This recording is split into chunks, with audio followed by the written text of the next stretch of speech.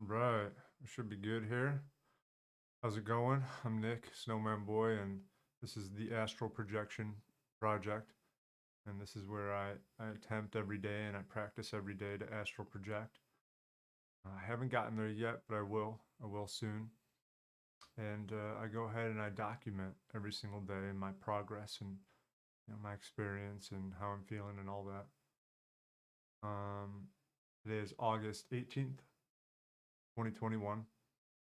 And this morning was really cool. This morning was really cool. I ended up waking up. I went to sleep at 1 last night. And I woke up at, I stayed up pretty late. I got back from work at, early actually because of the flooding. I ended up leaving early. And there's a lot of flooding around here. And it just rained and rained. When I went into work, took forever to get there because it was raining so hard. Everybody on the highway was driving so slow, and I hydroplaned a bunch, and it was pretty crazy. And then all these alerts started popping up on my phone, and there was just flooding happening all over. But anyway, my brother and I played a couple games of Dota last night, and really good games. They were really good games, highly competitive, and we won both of them, so it was always awesome. Um, so that's always awesome. But anyway, so I went to sleep at 1, and I got up naturally at it was um it was right around 5. I think it was like 4:40 or something like that. I felt good.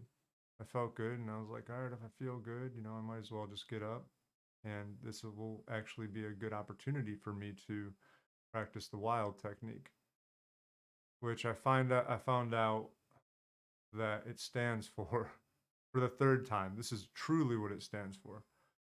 Wake induced lucid dream. Yeah, yeah, yeah.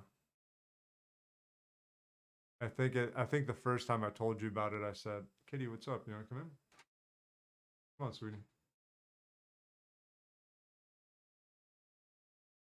The first time I talked to you about it, I said it was wake into lucid dream, which I mean it's kind of is. And then the second time I told you it was wake.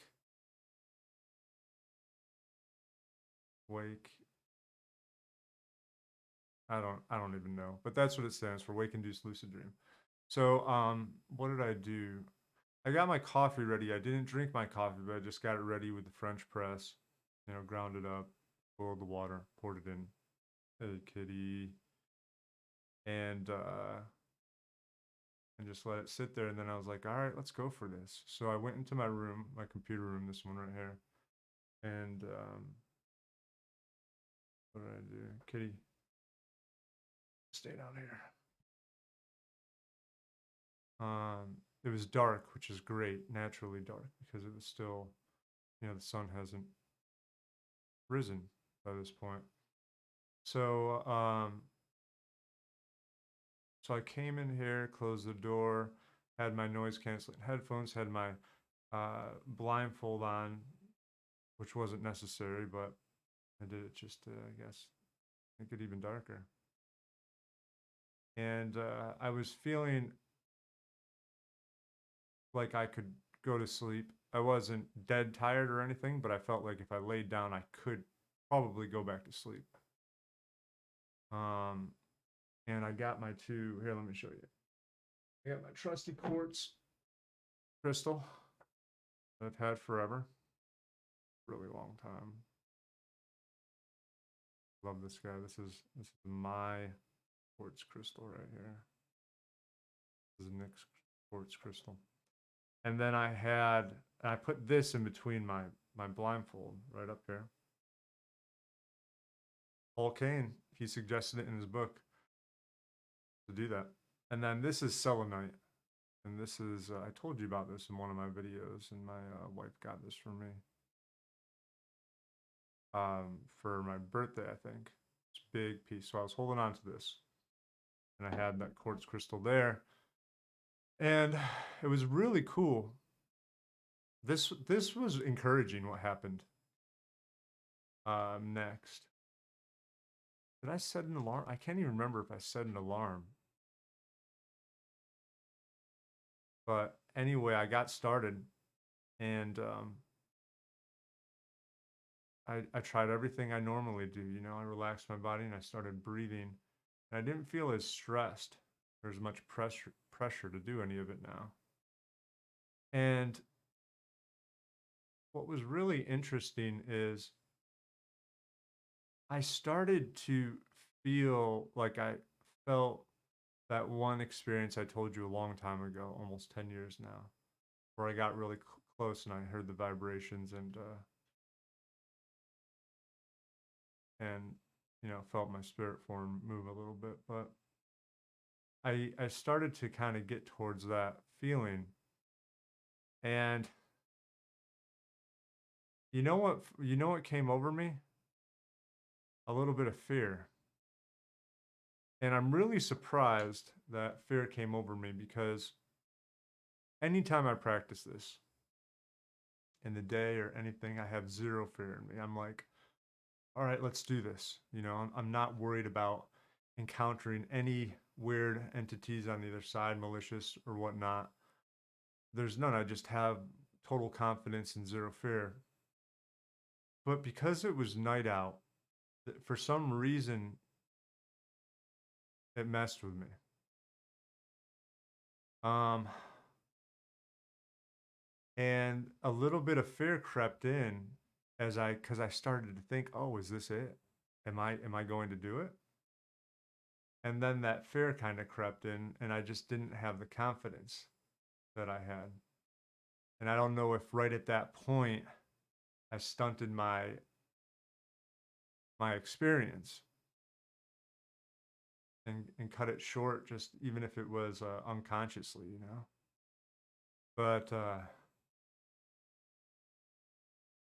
if that happened, then that's something I have to remedy because I think nighttime might be my best opportunity to do it due to I don't know, middle of the night. It's so quiet around. It's dark out. Maybe it's just best for me, you know, my body and how I function. But we're gonna try it again. We're gonna try it tomorrow morning. The same thing. I'm gonna get up at around 4 o'clock and try it again. And I need to get confidence, and I think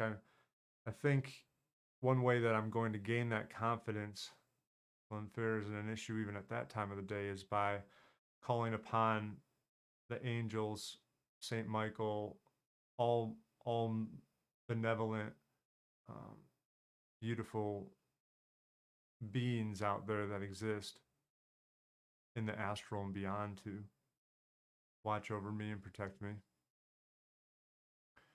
and also to set my room up, maybe sage, you know, have my crystals and whatever else I need to do.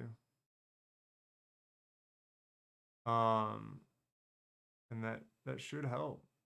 That should help. But yeah, that was interesting. It was interesting. It was cool.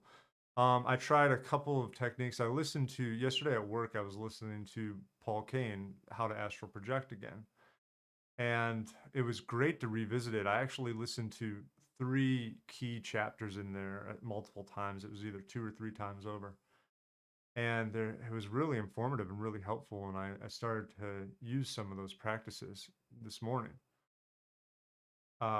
One is you're laying down and you envision your spirit body or your astral form within your body there, you know, kind of like looking at yourself from a bird's eye view, and you rotate your body 180 degrees, and then you try to use that perspective of where your head is now, because your head is down by your feet and your feet are down by your head, and you use that perspective from your head now and look out from there, and you know, what do you see? And that's supposed to do something and help you astral project. Another is the rope technique. I've told you about that in the past. Imagine the rope and pull on out of there. there's one other good one. And I'll let you know what it is if I can remember. But breathing, I think my breathing was good. And one cool thing that happened as well is I had it was almost like a strobe. It was like just a white light, and it was almost like a strobe that um showed up in my mind and went off for about 5 seconds. Um so that was noteworthy. And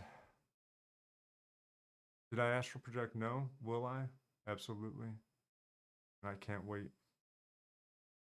I think that's about it. This was a good refresh. This was a good breakthrough for me. And there it is. If you have anything to say, I'd appreciate it. Any comments, any suggestions would be always appreciated. And besides that, until next time, until tomorrow, I'll see you then. Take care of yourself.